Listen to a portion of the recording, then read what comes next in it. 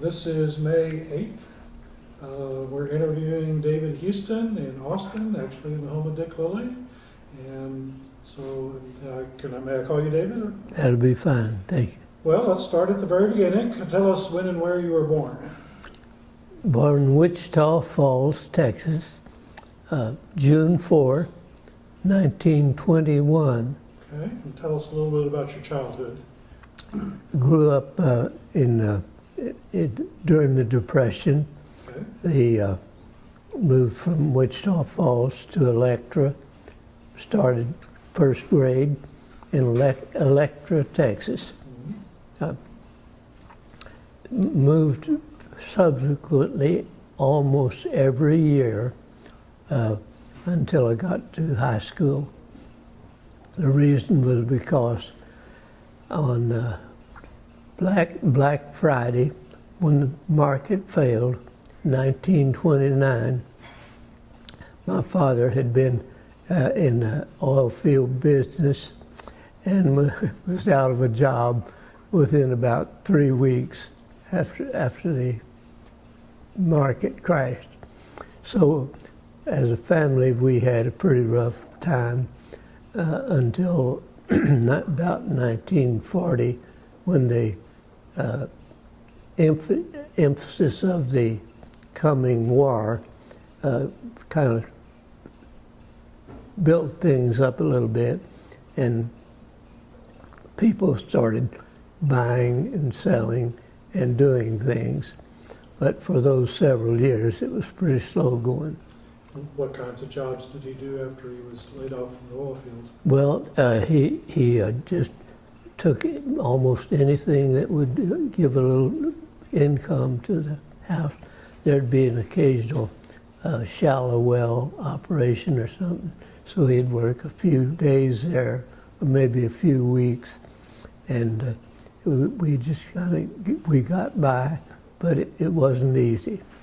You moved around yearly? Was it in the same general area? Yes, we stayed in the general area of the fields that were in Burke Burnett, and in places a little bit south of Wichita Falls, usually within driving distance of a day's work.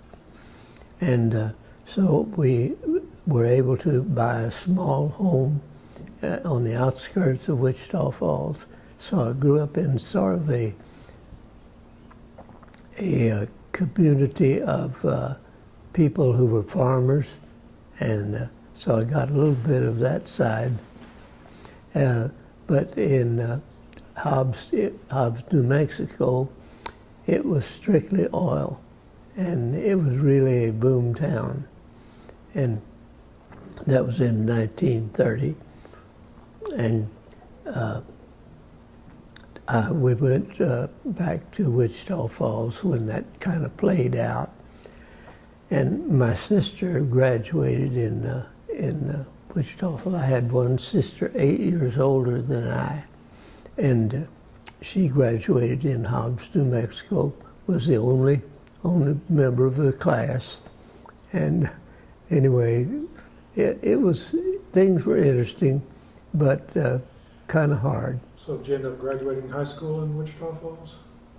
I graduated in Wichita Falls because we went back in about 31, and I graduated there in 1938 from Wichita Falls. And what do you remember about Wichita Falls back then? I took just jobs that I could kind of find for a couple of years. Worked for a bricklayer, and had a paper route, and I was able to finance that paper route by making a loan, if you can imagine, of I think about $60, and bought that paper route. My father had given me a Model A Ford Cabriolet. That's a ragtop, not convertible, a ragtop. And that 29 Ford he had bought for $50. And he gave me that for my graduation in 1938. So I was kind of the king of the neighborhood with a car because it had a rumble seat. It opened on the back and opened up, and you put a couple of people in the rumble seat and 6 or 8 in the front seat, you know. The Ford had a floor shift, and it was a wonderful thing to get around in. So did you end up did you go to college? Right Yeah, after high well, I took these odd jobs until one day some of the boys were talking, and one of them said he worked at the hospital, and there was an opening there at the hospital for an orderly. And so I wasn't making any money to speak of on the paper route. And this job paid $30 a month. That was 7 days a week, and it was 8 hours a day. And I took that job as an orderly in the Wichita General Hospital, which is a 40-bed hospital and the only general hospital with an emergency room anywhere around.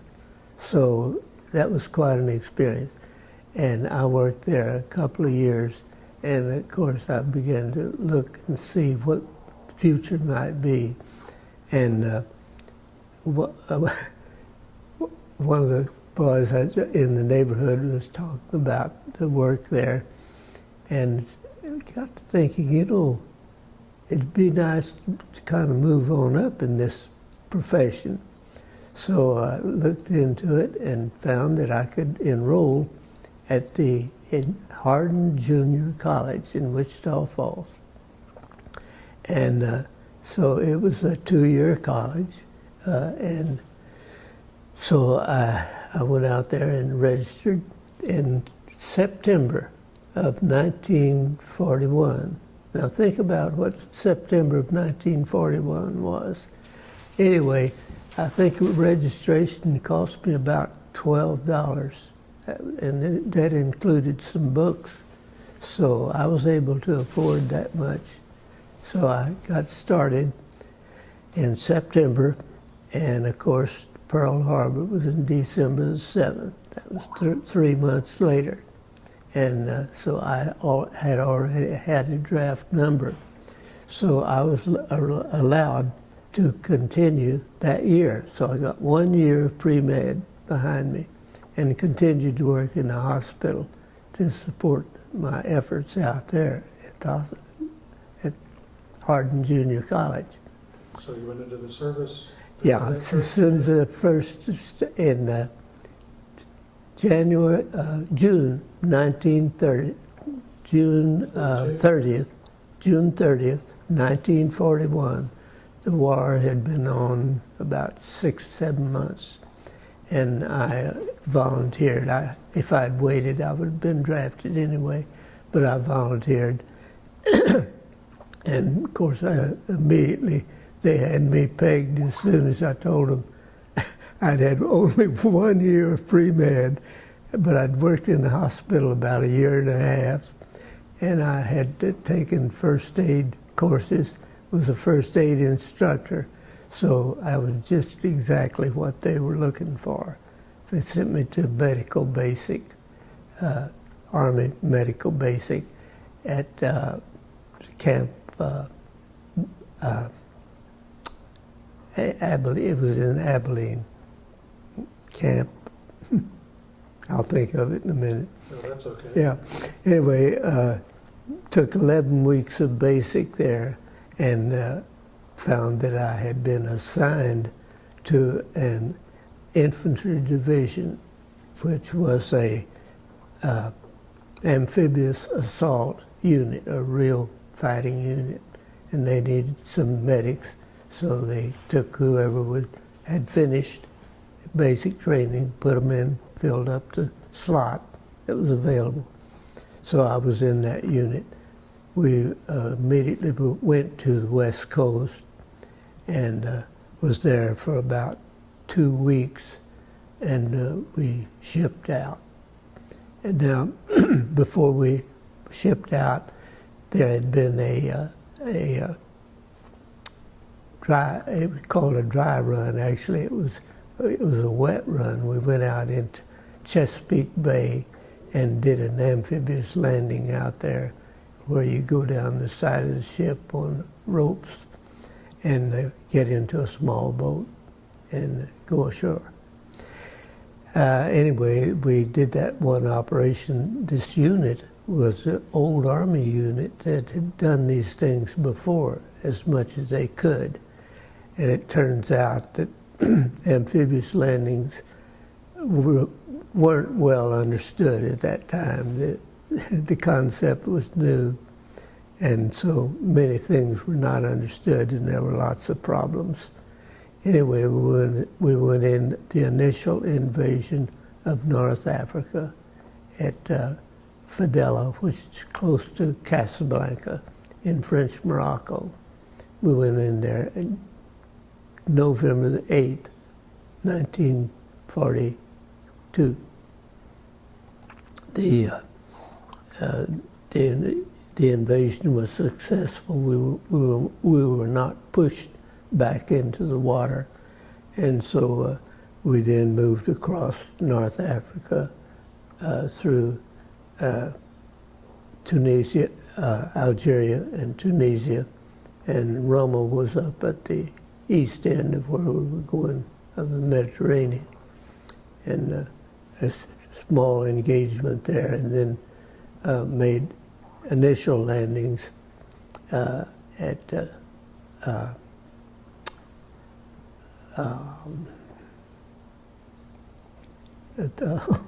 see, I'm losing the name here. Anyway, it was Sicily, at Licata, Sicily, on the south shore of Sicily. Made a landing there, made other landings, made a total of 3 landings in 5 campaigns. And ultimately, I went to Anzio Beachhead, and there I was shipped, sent home on rotation. We had whoever had high points in the unit was sent home first, and I happened to have some high numbers, so I went home. And who was the commanding general of the unit? The unit was Truscott, General Truscott, who had developed the Truscott Trot, which was a way to cover in 24 hours, cover a great deal more distance on foot than had previously been accomplished by other military units. Anyway, he was the commanding general there. He was under the command of General George Patton, who by that time was a corps commander, and it was a 2nd Corps, which consisted of about 3 divisions, the 3rd Infantry, ours, the 45th, which was called Texas-Oklahoma Division, and that was the one. Audie Murphy was in our unit. Bill Malden was in the 45th, and the 36th was the 36th Division, was called Texas Own. It had a arrowhead in the shoulder patch. Anyway, I was sent home from Anzio and was sent to a base hospital in New Orleans. And while there, I was selected to go to officer candidate school, and I went to officer candidate school there and graduated in May 18th of 1945. War was almost over. We didn't know it, but it really was.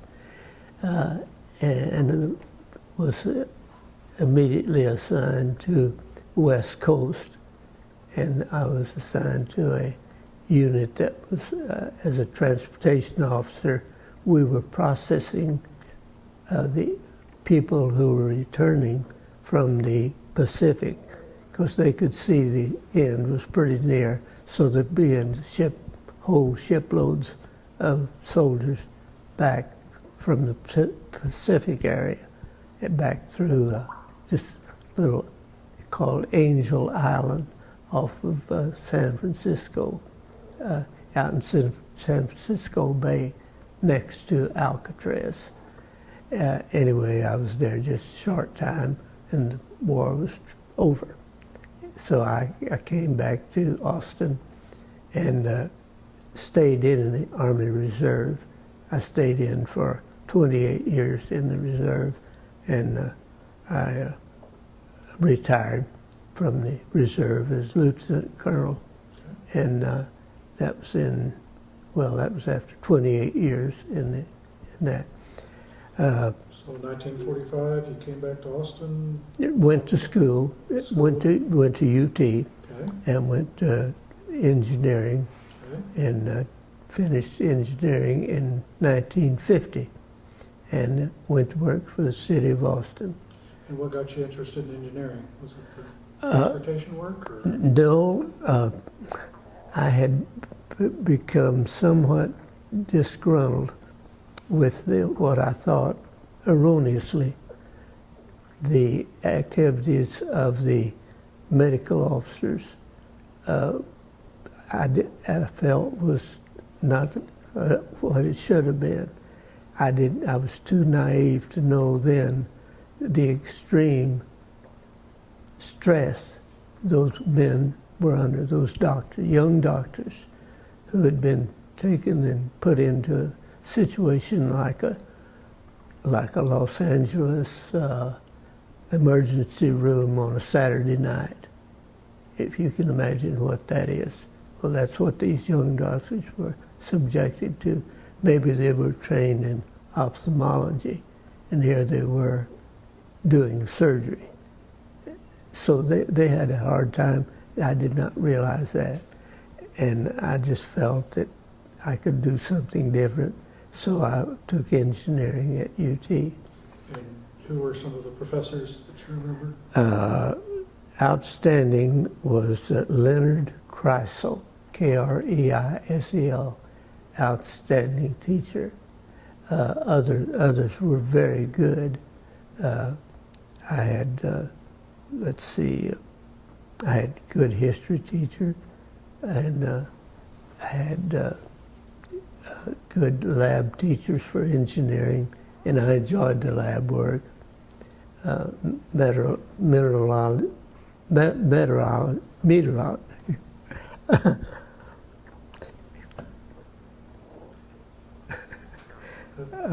That's okay. The courses there were, I thought, well taught, and had pretty good. And did you specialize in civil engineering? Or? No, I did not really specialize. The courses I enjoyed most were those like those dealing with operations, that is the production of materials.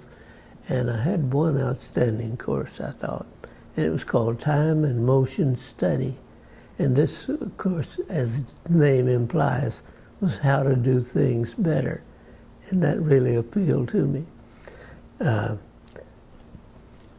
When I graduated in 1950, there were, I don't know how many people in our class, but dozens of people graduated with me. Only 2 of them had jobs when I graduated. We had all interviewed, I don't know how many times, and there's just nothing was available. Everything was shut down. And during that time, I got a call from city of Austin. It was, I'll have to fill in that name. He was in the personnel department, and he called and said they had an opening in engineering, and so I said, seems like a good idea. I went to work for the city, and that was in 1950. by the time I'd been there about a month or two, the situation in Korea had degraded, and we were in war almost. I was still in the reserve. Jobs were everywhere by that time, and there were jobs in aerospace, and all sorts of things were available. But I was with the city. I had I built a home in Austin, very small little prefabricated house. I built it, and we had a place that could not rent anything, nothing available in early 50s, late 40s.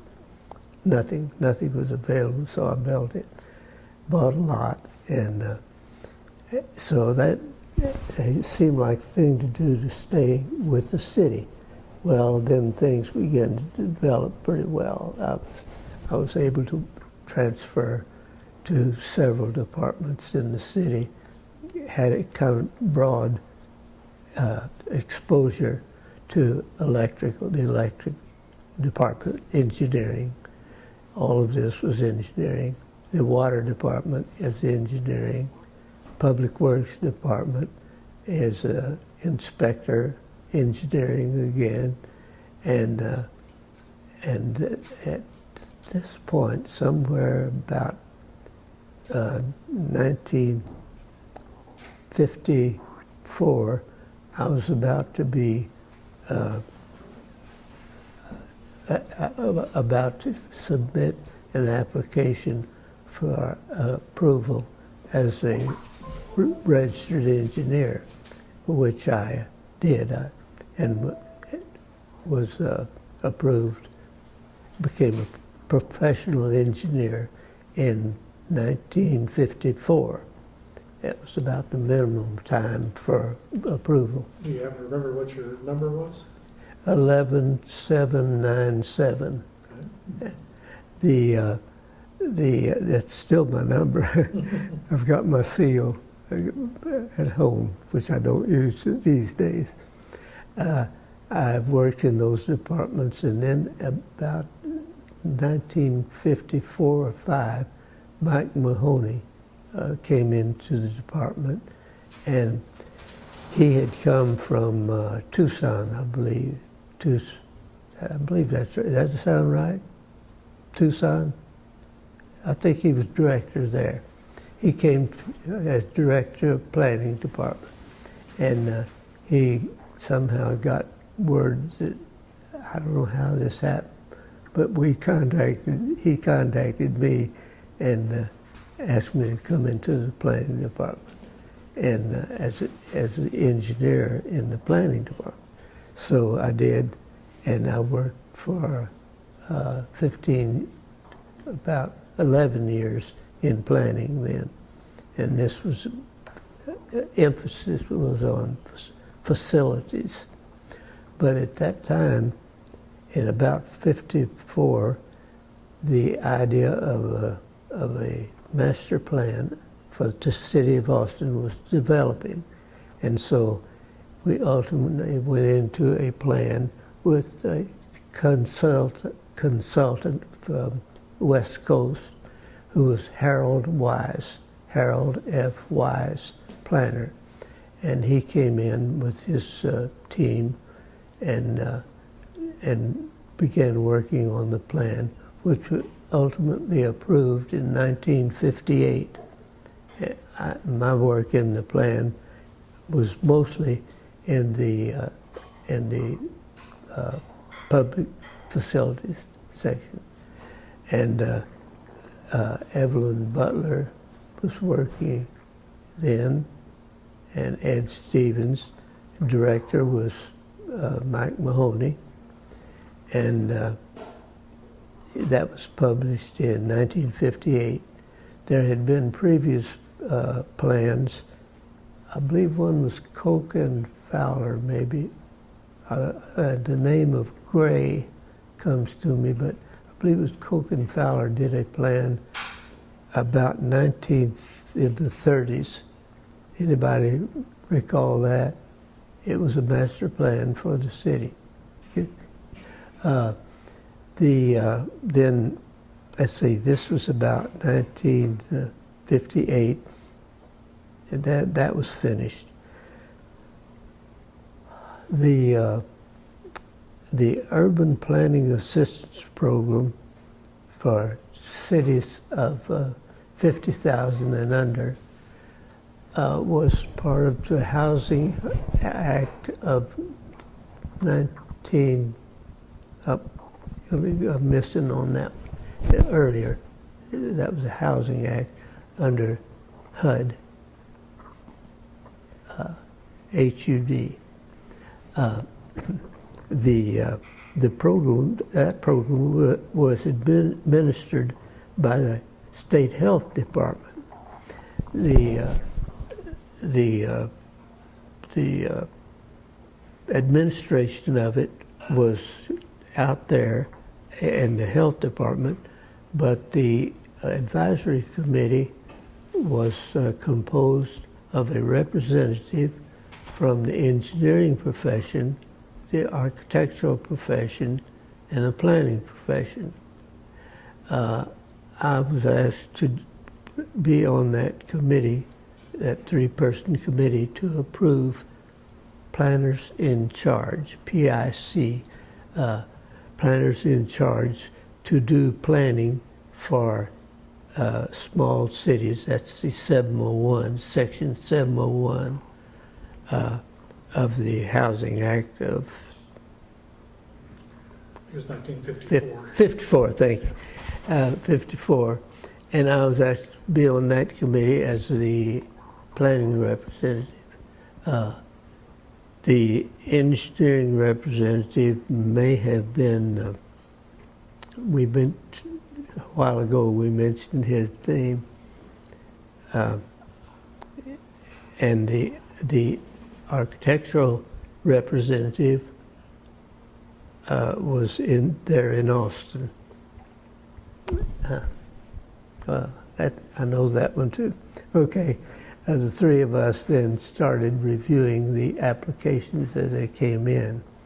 And in the correspondence, I find some interesting comments really regarding the early approval, of the early applicants for that job.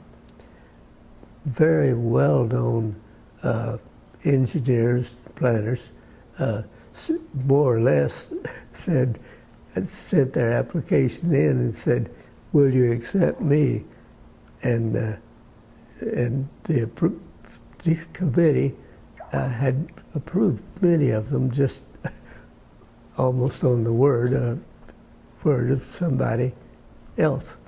Anyway, it got better organized, and I was instrumental in writing a sort of criteria that could be relied on for every applicant and equally.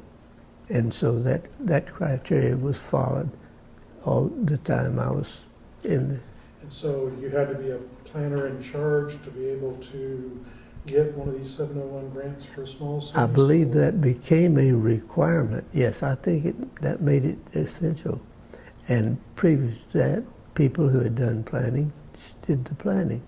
And this was supposed to at least give a continuity to the administration of the plans, or the preparation of the plan, a continuity to the nature and quality of the people who were in charge of the work.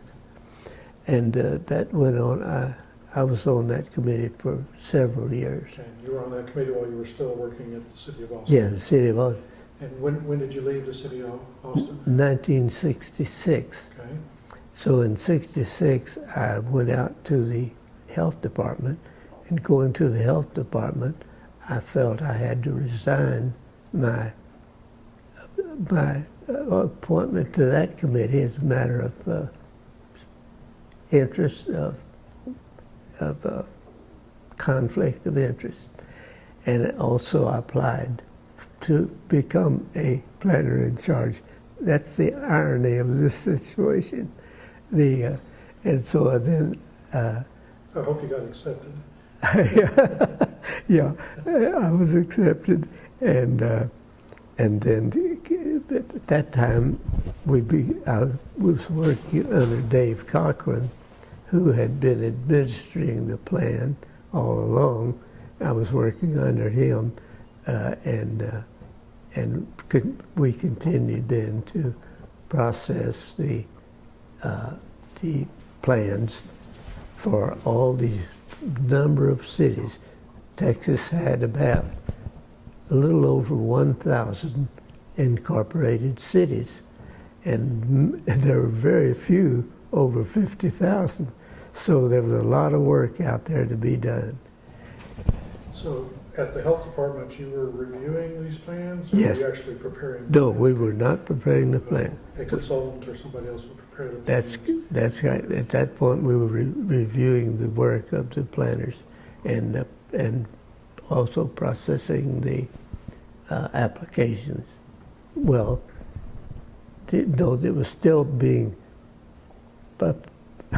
recommended by the three people, whoever took my place, and the engineer representative and the architectural representative, still did their approval of the planners in charge, PICs. And so we did that for several years, and the program lasted until I believe the early 70s. I'm not sure when the last 701s were done. May have gone Mid-70s, I think, or some of the last ones. anyway. That was quite an experience. And so did you stay with the health department, or did you? I stayed with the health department and took over some a program called the Environmental Development Program, and that's when, as I mentioned earlier, that this emphasis on the environment had really blossomed in, I'd say, the late 60s and early 70s. There was really a lot of emphasis on, and people began to think about the environment as something that really mattered. Anyway, that's, I worked in that. The Environment Development Program, is it in a state agency? Or was it This was a program in the State Health Department, okay. Environmental Development. During that time, the concept of the environmental impact statement came into being, and the Health Department was one of the state agencies required to review the program, these proposals, and from an environmental health standpoint. We did not review it from the standpoint of water quality, or things were beyond our scope, but the impact on the health implications of a proposal. And we had some very interesting programs. The MX missile program. Have you ever heard of it? The MX missile program came through as one. The review of a certain flower that grows in North Texas came through. The review of the effect of the oil reservoirs on the coast. It's an emergency reserve of the federal government, where a lot of oil is stored in salt caves. That one, the possible impact of the destruction of the coral reefs in the Gulf. The impact of, and as you can see, many of these, I referred these to the field engineer of the health department. We had 10 regions of the health department and 10 regional engineers there. And I referred those to the specific region of the state that was affected. They gave a response back to me. I formed a letter, and that was signed by the Commissioner of Health. And so that was the review of the environmental impact statements. That was a very, very large program. That was pretty much what I did at the health department. Okay. How long did you stay at the, when did you leave? Let's see, I must have left in '82, I believe. Something like that. 80. There was, What did you do next? I retired. Okay. And let's see, yeah, I retired about then. And a few years after I was retired, about 4 years after I retired, I remarried. Okay. I had been single. I'd been a single man. I had 2 sons that I raised, and I'd been single for 30 years, 2 months, and 25 days.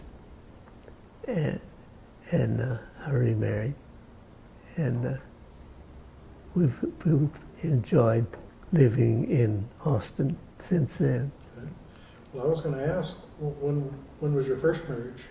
In 1945, Okay. just the time I got out of service. Okay. And where did you meet her? In New Orleans. Okay. In New Orleans, when I was stationed there in the OCS. Okay. And let's see, my first wife was from New Orleans, and let's see, we were married a little over 10 years, have 2 sons, and they're my pride and joy. Okay.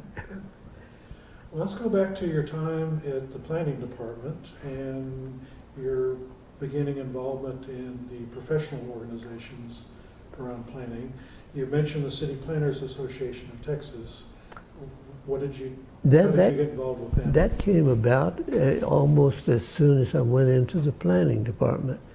The CPAT, City Planners Association of Texas, had been meeting under the auspices of the Texas Municipal League for some time, but there was only one planner.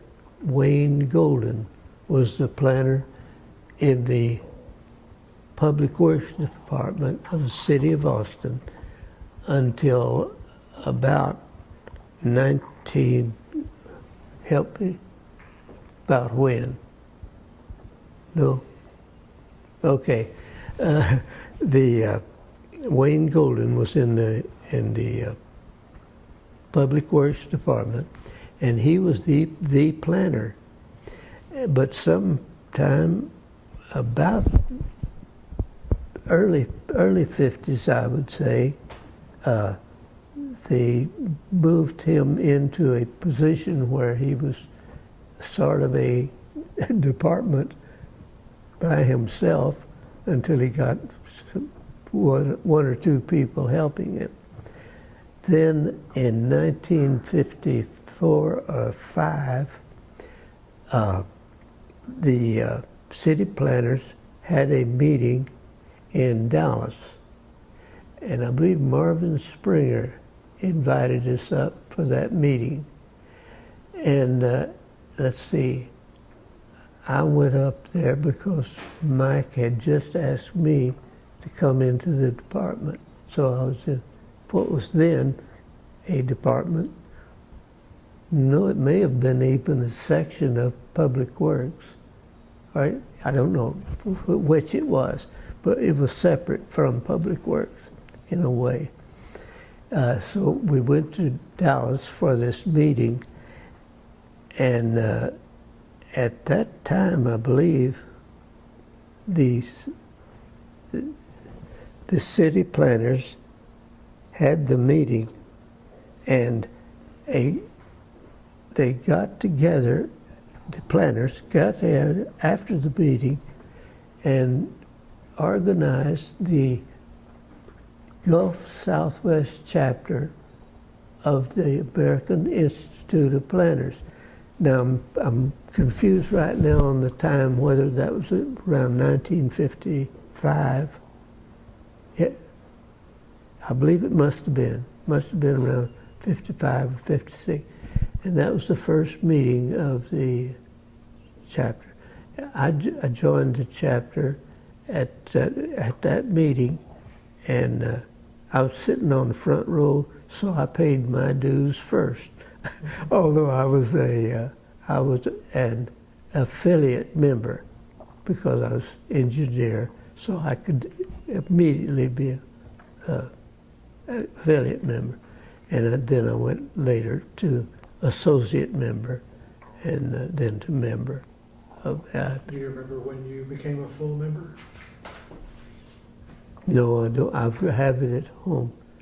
Must have been 1968 or 70, maybe, something like that.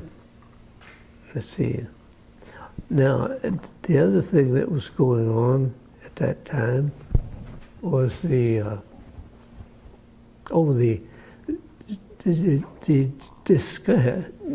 discussions of a formalized procedure for admitting members into AIP. And the Gulf Southwest chapter was kind of well organized by then. And so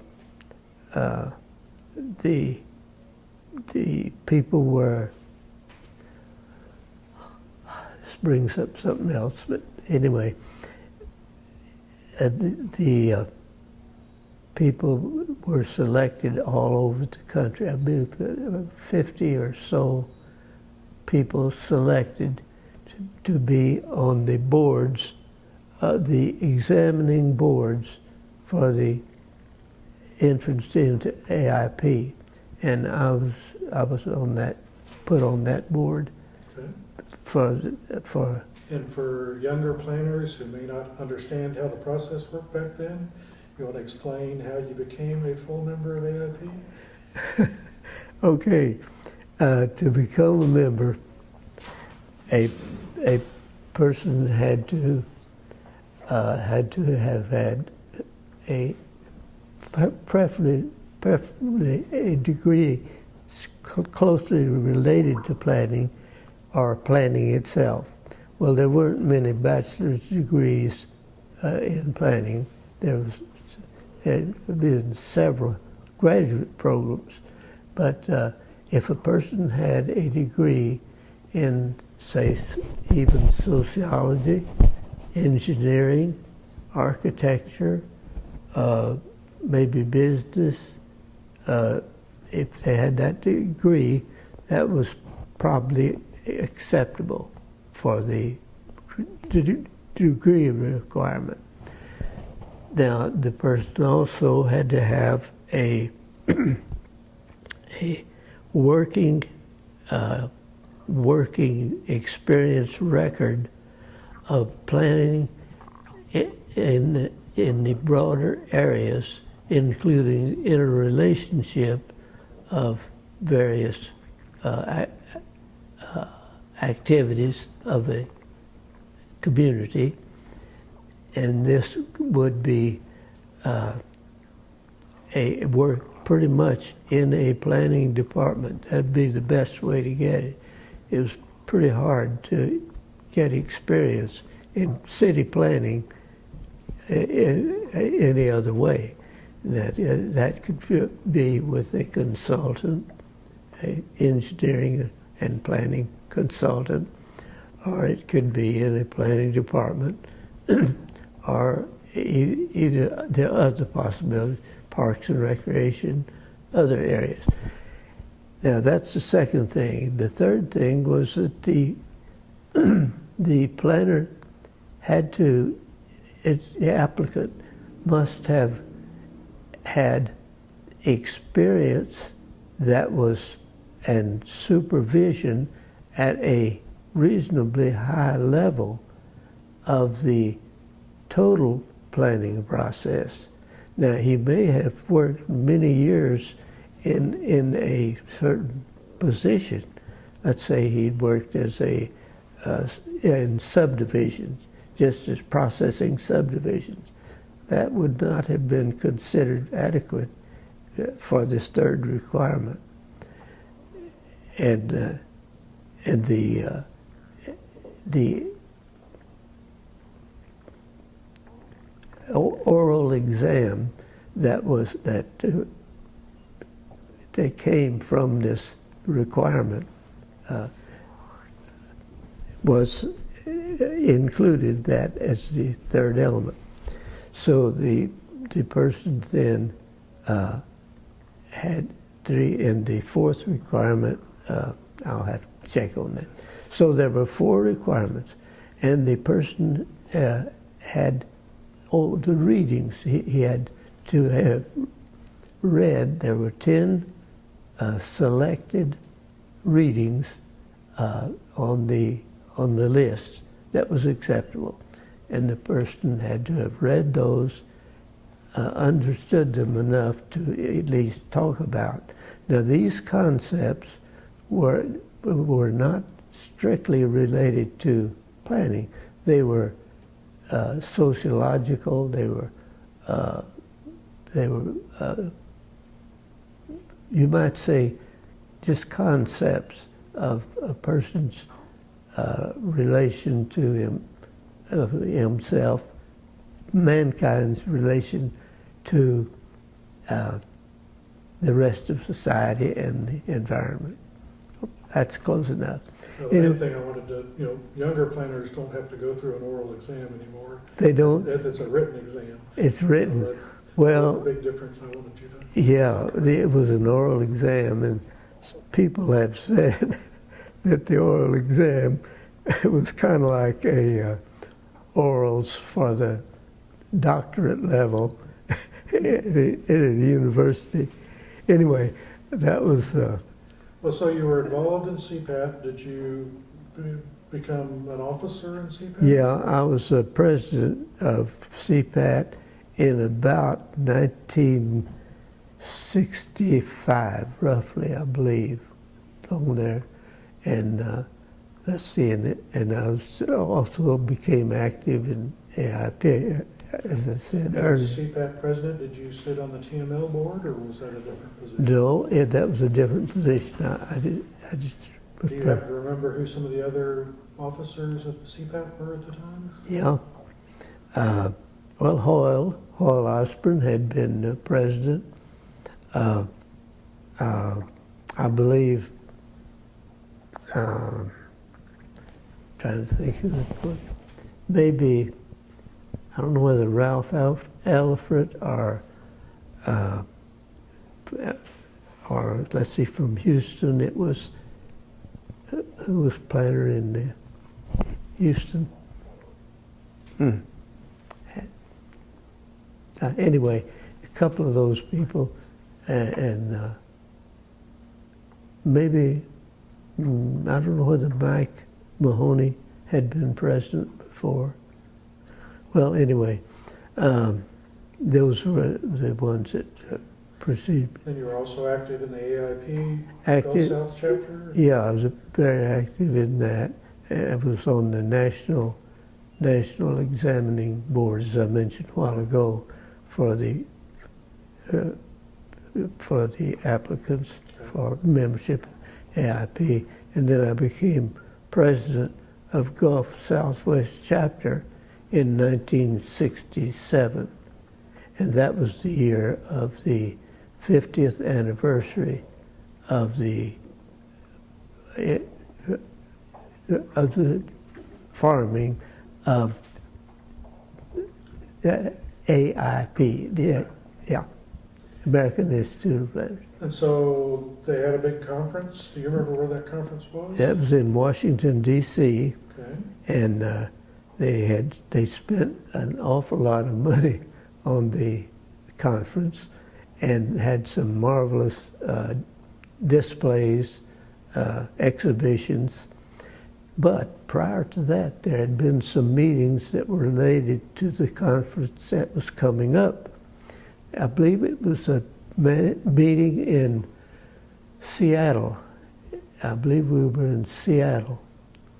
And I believe that was the meeting when the airlines went on strike.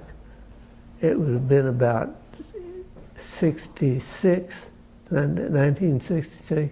Airlines went on strike, and I was on the road trying to fly, and it took me 72 hours to get from Austin to the meeting on the West Coast because they put me on a train, a bus, and a little bit of air flight, but it was a long ways getting there with the airlines on strike. This was the big strike, if somebody happens to remember that date. Now, this was the year before the meeting, and it was a conference, and I believe it had the title of Environment could have been Environment for Man. Environment for Man may have been the title of that meeting on the West Coast. It was a national meeting in preparation for the big meeting in '67 in Washington, D.C. Also, there was the Texas Conference on the Environment, and that may have succeeded the national meeting, and that was the one Mrs. Lyndon Johnson was very active in. Oh, at the meeting in West Coast, while we were meeting, I'll never forget, Dave Cochran and a few of us were standing around in a small group discussing what we thought were important matters. Somebody walked up and said, "Did you hear Martin Luther King has been assassinated?" You remember the year? 1968. It was 68. Then it was the subsequent meeting. That was the meeting that followed the meeting in Washington. Yeah, and the meeting, did I get it right? Was it in Seattle? I don't know. Anyway. Well, you had mentioned one of the sessions at one of those conferences took a 50-year view, and you want to talk a little bit about that? Yes, and I'm sorry I don't have the name of the person who's, what do you call it, the coordinator. It would be Ewald, E-W-A-L-D, was the coordinator of the 1967 conference. Anyway, he is alleged to have been at one of the earlier meetings 2 or 3 years before, when the idea of the 50th year anniversary came up, and everybody had kind of thought, okay, we're 50 years old, let's see what we've done in 50 years.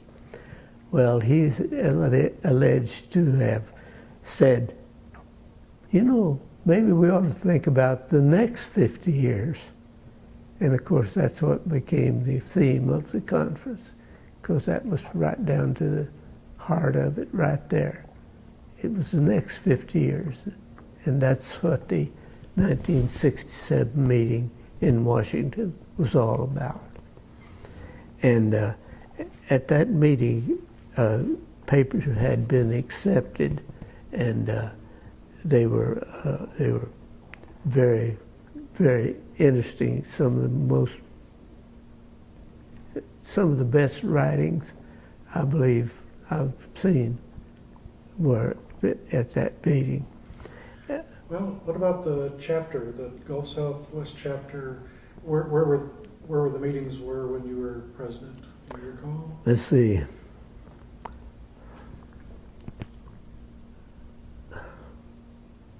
Did we go to, I was thinking maybe it was El Paso, but I don't think so. I think that must have been in 65, and it was City Planners Association of Texas, CPAT, 65, 67.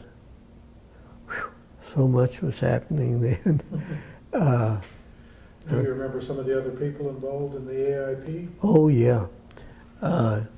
As I mentioned a while ago, Dallas area, it was the consultant, Marvin Springer. It was in Houston, Ralph Elliford in Houston. See, I got that name that time. Ralph Elliford, the Waco planner. And wait a minute, was Dick there? Waco, I don't know.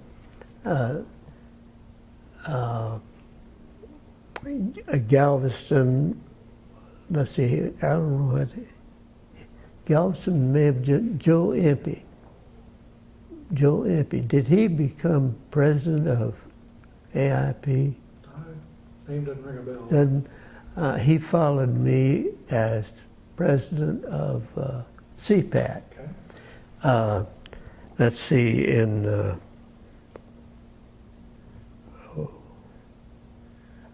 Corpus.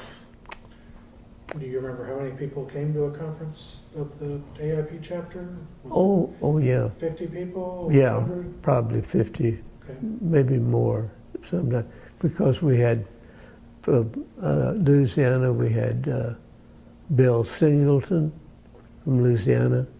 He's the one with that accent, that Cajun accent, and at the national meeting, they just called on him to stand up and say something, and he did, and it was Cajun. Oh, it was wonderful. That Bill Singleton.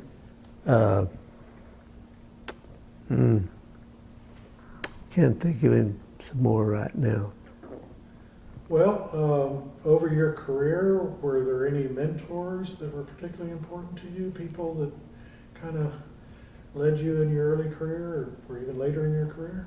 Yeah, I had professors at UT that I thought were very good. Hugo Leipziger had an interesting view, having come from Germany. Hugo had been a medic in World War I, and I was there I was, his student medic in the American Army in World War II. I thought that, I don't know, to me it was interesting.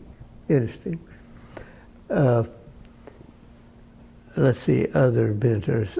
Mike Mahoney was a good example, I thought, of a good planner. Dave Cochran, he really had a feel for it. He just it was natural. I'm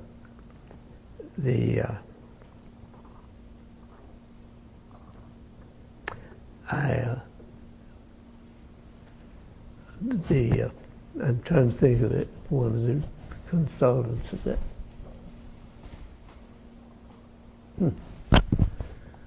Well, on the flip side of that question is, are there any proteges of yours, any people that you mentored that you're particularly proud of, or people you worked with that have gone on to bigger and better things? Trying to think. When I retired from the health department, I really went into retirement, and I didn't keep up well with where everybody had gone. Well, your career took kind of an interesting transition from pre-med to engineering to planning. Any regrets? Anything that you would have done differently? You know, there's a series of events that happened, and I can't help but feel that somebody was watching over me.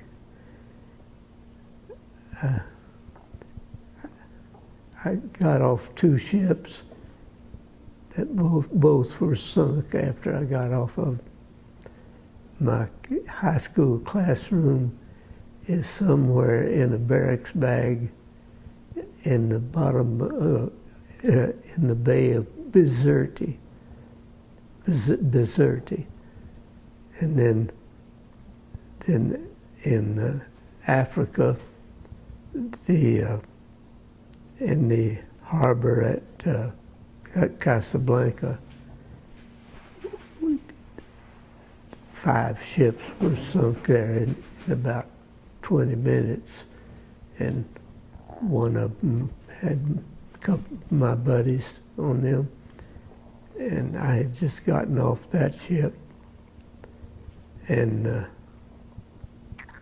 I don't know, I think somebody looked out after me. Why I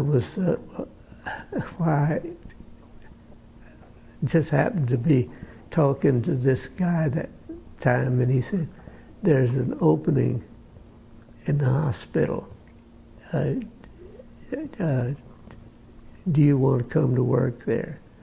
And I went over there. Oh, and how I went into the master's program. I had a man working for me, an engineer in the planning department, and he was doing graduate work at UT. And in another, I'm not sure he was in planning. I believe he wasn't in planning. Anyway, I had kept up with him immediately after I left the department. I kept up with him and talked to him from time to time. Went out to see him one time. Said, "Well, how you doing on your master's program?" He says, "I got it all finished, except I got to write my thesis." And I said, "Well, you need to get on that." And so I saw him, I don't know, 6 months or so later. Said, "How you doing on the program, on your master's program?" I've got to decide which one I'm going to write on. He had all the information and everything. He hadn't decided. So I just laid the law down to him. I just told him up one side, down the other. Get in there and get it finished. And I was driving back to the health department and suddenly thought, why was I talking to him? I've been working with Hugo Leipziger all this time, and he's got the program out there. Why don't I ask him if I could be eligible to go into that program? And sure enough, I went out there and we set the thing up, and it was a great experience. Well, from all your experience, would you have any advice for a young planner just starting out in their career? Any words of wisdom?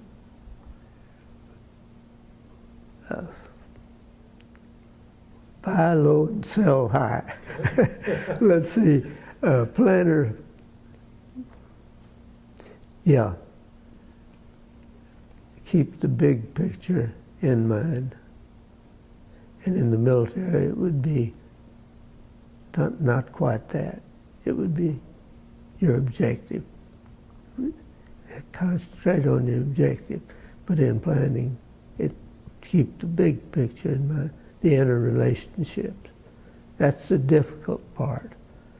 That's the part you have to really feel for that, because it doesn't come naturally with a lot of people. And I think it is a natural thing to say, I have this job to do, I'm going to zero in on it and get it done. It's not that way. It's never done in planning. Okay. And another thought, flexibility is a dangerous word. Flexibility. You think, oh, that's great. I want to watch that one because that means anything goes to some people.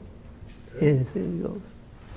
That's it. Well, we've covered a lot of information. Is there anything that you want to say that we haven't talked about? Well, I appreciate your arranging this, and I appreciate Dick and Nelda's providing us a place for this and lovely meal.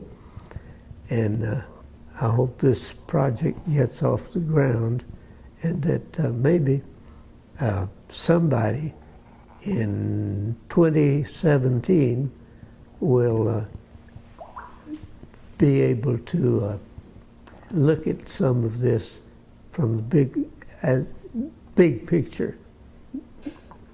Well, we appreciate the time that you spent with us. Thank you. Thank you very much.